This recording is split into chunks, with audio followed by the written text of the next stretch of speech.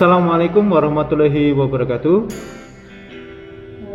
Para pemirsa SMKN 2 Temanggung Official, yaitu channel YouTube resmi dari SMK Negeri 2 Temanggung.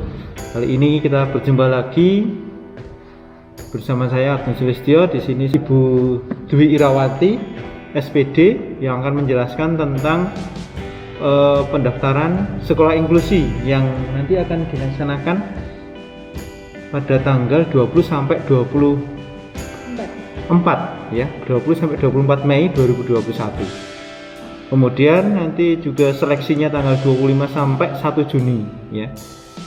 Dan juga pengumuman hasil 2 Juni sampai 2 Juni dan pengolahan 2 Juni dan pengumuman hasil itu tanggal 3 Juni. Nanti bisa dilihat di layar. Untuk itu, apa itu sekolah inklusi ya? Inklusi itu apa? Nah, ini kebetulan saya mendatangkan narasumber. Beliau adalah juga sudah dilatih untuk menjadi guru inklusi di SMK Negeri 2 Temanggung. Assalamualaikum Ibu. Iya, beliau adalah guru tata boga ya, guru tata boga. Monggo Bu, mungkin bisa dijelaskan tentang inklusi sedikit supaya memahami teman-teman calon siswa bisa memahami apa itu inklusi. Assalamualaikum warahmatullahi wabarakatuh. Saya Dwi Irawati, guru tata boga SMK Negeri 2 Temanggung. Kebetulan kemarin kami dari guru tata boga sudah mengikuti 3 inklusi secara daring dan luring. Jadi kami sedikit ada pengetahuan untuk tentang sekolah inklusi. Kemudian gambaran umum atau sedikit penjelasan tentang sekolah inklusi ini adalah sekolah umum yang menerima siswa berkebutuhan khusus atau biasa kami sebut dengan ABK ya, itu anak berkebutuhan khusus. Jadi seperti itu. Jadi tidak harus sekolah yang khusus yang memang ABK ya, menerima ABK ya. Tetapi ini memang mereka dibaurkan untuk bersama-sama dengan siswa-siswa yang supaya mentalnya juga terbentuk gitu ya. Jadi tujuan dari sekolah inklusi ini sebenarnya memang mereka bisa membaur dengan kita dan kita semuanya bisa menerima mereka. Jadi sudah tidak canggung. Kalau selama ini kan kita melihat misalnya di jalan, itu kok kayak gitu, ini kok kayak gitu, itu kayaknya melihatnya dengan tatap ya karena memang jarang bergaul biasa. Ya tidak bergaul dengan mereka. Iya, jadi pemerintah punya program seperti ini, sekolah inklusi, supaya mereka yang ABK ini berbaur dengan kita, jadi kita menjadi biasa itu melihat gitu ya. Gitu. Jadi memang kalau dulu ya Bu ya, mungkin dulu orang siswa-siswa ABK itu dimasukkan disekolahkan ke sekolah khusus ya. Misalnya di Temanggung itu ada SLB ya kalau nggak salah ya. Nah, tapi karena mungkin SLB-nya jumlahnya tidak memadai dengan jumlah siswa yang inklusi itu, jadi sehingga pemerintah mengadakan itu gitu ya. Sehingga juga bisa membaurkan antara kita supaya kita itu tidak risih. Kenapa kita sering risih, teman-teman itu sering risih, oh ini kok ada misalnya kok seperti ini, kok seperti itu. Kalau kita bergaul setiap hari, insya Allah jadi terbiasa. Dan memang hak belajar itu sama gitu, baik yang ABK maupun yang tidak non ABK itu hak belajarnya sama. Nah, ini apa saja Bu di SMK 2 yang sudah siap untuk kriteria dari ABK yang bisa diterima? Nanti siapa tahu ini Bapak Ibu nonton, kemudian kebetulan juga ABK bisa mendaftar di SMK 2 Temanggung beserta kuotanya Bu untuk SMK 2 Temanggung. Jadi kriteria yang tidak bisa supaya jelas tidak bisa di SMK 2 ini, dan kuotanya itu berapa gitu Bu? Untuk sekolah inklusi ini sebenarnya sudah dari lama ya dari pemerintah, cuman memang tidak semua sekolah siap untuk menerima. Jadi tetapi memang ada himbauan untuk tidak boleh menolak. Cuman karena hak yang sama itu tidak boleh menolak itu juga masih ada rambu-rambunya, ada ada kriterianya sekolah tidak menolong yang seperti apa atau menerima yang seperti apa. Nah kebetulan untuk SMK Negeri 2 Temanggung ini mulai tahun ini kita sudah mulai melangkah untuk menerima siswa-siswa ABK ini yang berkebutuhan khusus.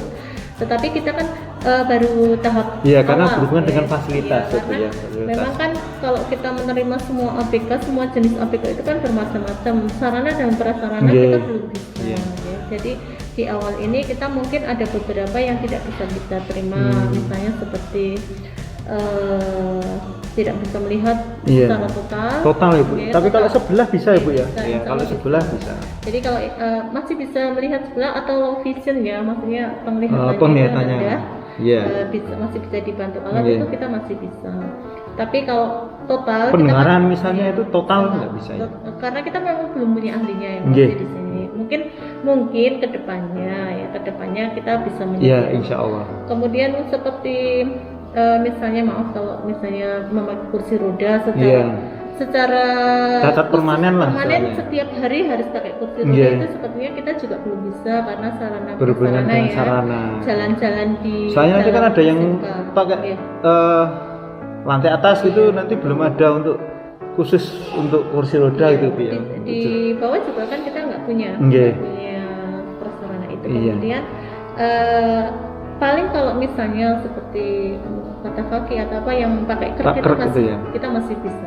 Bisa. Seperti itu. Termasuk tadi yang tunarungu tapi masih bisa mendengar dengan alat. Itu masih bisa masuk Bu di sini ya. Bisa. Jadi dia yang mempunyai gangguan pendengaran tapi masih bisa terbantu oleh alat-alat banyak alatnya itu, dan dia masih bisa, itu berarti kita masih bisa. Tapi untuk yang total ya sama sekali dan dia butuh pakai bahasa karena itu perlakuan khusus ya mungkin. Kalau di sini ada RPCM kalau nggak salah. Kemudian untuk mental, untuk cacat mental itu ada kriterianya enggak Bu untuk cacat mental itu kan bermacam-macam sekali ya. Kalau yang misalnya fatal sekali kita mungkin tidak bisa mungkin ke ini ke RPCM kalau nggak salah ya. Ya mungkin kedepannya kita bisa bekerja sama, tapi untuk saat ini belum bisa. Di samping sarana prasarananya juga belum ada, juga tenaga pengajarnya profesional untuk mendidik itu belum ada. Jadi untuk yang mental itu kan memang macam-macam sekali. Mungkin kita akan bisa mengambil yang seperti contohnya slow learner itu. Jadi dia mempunyai kemampuan belajar yang di bawah rata-rata. Jadi tidak sudah rata-rata tapi di bawah. Ini masih di bawahnya. Jadi di bawah rata-rata. Jadi itu kan memang butuh pendampingan khusus dari guru ya untuk menuntun dia supaya bisa mencapai kompetensi yang mungkin kompetensi mereka juga tidak akan sama dengan siswa lainnya. Jadi nanti kita juga akan mensosialisasikan ke siswa lainnya bahwa nilai 8-nya ABK dengan nilai 8 siswa lain itu yang mau saya tanyakan itu Bu, mengenai kompetensi kompetensinya apakah sama dengan yang non ABK, karena ini kalau disamakan gimana. Nah kemudian juga fasilitasnya apakah juga sama, maksudnya di pembelajarannya nanti apakah kalau untuk berkebutuhan khusus itu juga ada pengecualian, ini mungkin bisa dijelaskan Bu. Yang keterima di sini ya Bu. Kalau yang udah tadi syarat yang tidak terima udah nggak bisa ke sini. Jadi kalau ABK nanti yang bisa diterima di sini, mereka kan belajar tetap harus sama di dalam ruangan yang sama dengan siswa yang lainnya.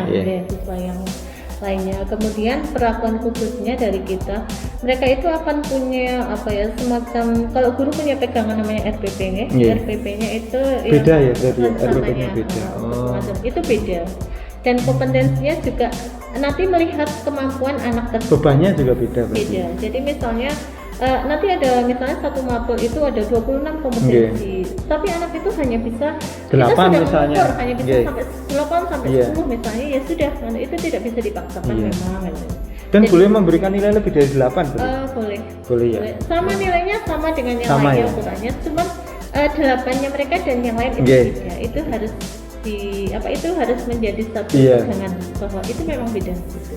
Berarti kesimpulannya adalah kompetensinya nanti disesuaikan kemampuannya, dan nanti pihak guru yang sudah dilatih seperti jenengan ini Ada berapa Bu ini gurunya yang sudah dilatih di oleh pihak Kemudian Kemdikbud? dari itu, ya oke. Dari itu yang sudah dilatih kemarin gurunya ada dibuka ada 5 ya, Dibuka ada 5. Kemudian yang itu kan daring dulu, daring.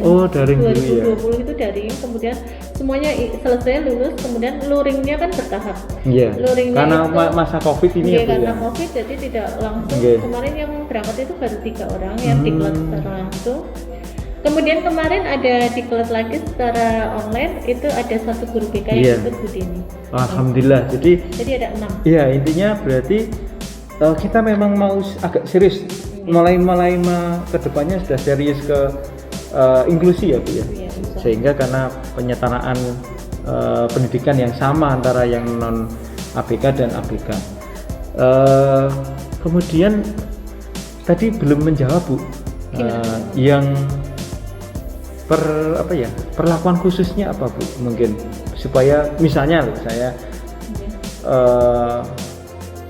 maaf cacat itu ya, misalnya cacat apa gitu yang memang tidak bisa naik ke atas ke bawah, itu memang ada bisa maksudnya suatu saat di pelajaran dikecualikan gitu, boleh ya?